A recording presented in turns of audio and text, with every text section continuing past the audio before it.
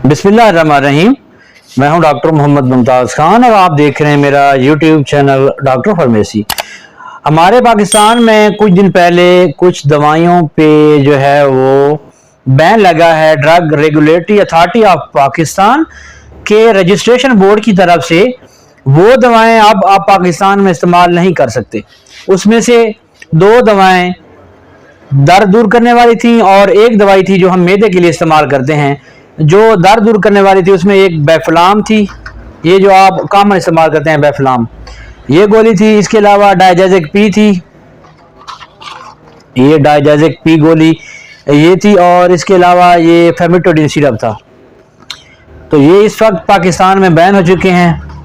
मेरी गुजारिश है सारे भाइयों से कि वो ये दवाई इस्तेमाल ना करें, क्योंकि इन दवाइयों के बहुत बड़े साइड इफ़ेक्ट थे और ये जो आलमी तौर पर हैं वो इस वक्त बैन हो चुकी हैं।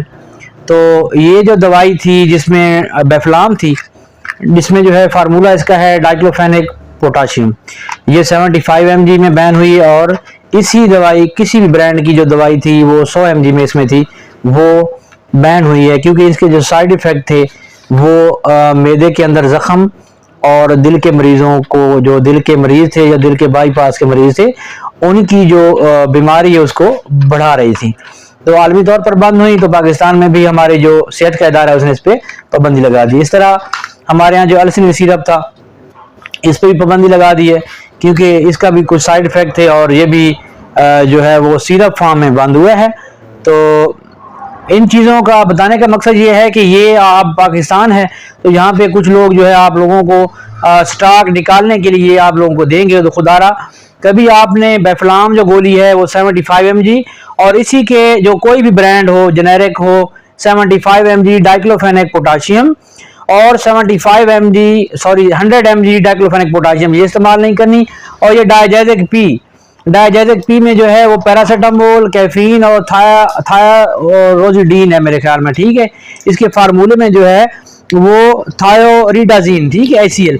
तो ये दवाई आपने आप कहीं मार्केट से ये दवाई नहीं लेनी। डायजाजिक पी और डाइक्लो पोटाशियम 100 और 75 mg में नहीं लेनी। और ये अल्सनिल सिरप आपने अब मार्केट से नहीं लेना, क्योंकि ये हमारी पाकिस्तान के जो सेहत का इदारा है उसकी तरफ से बैन हो चुके हैं। इनका जो है बहुत बड़े साइड इफ़ेक्ट थे।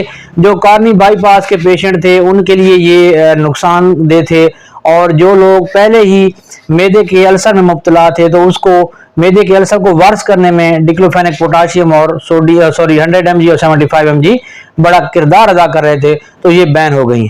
अल्लाह हाफिज़।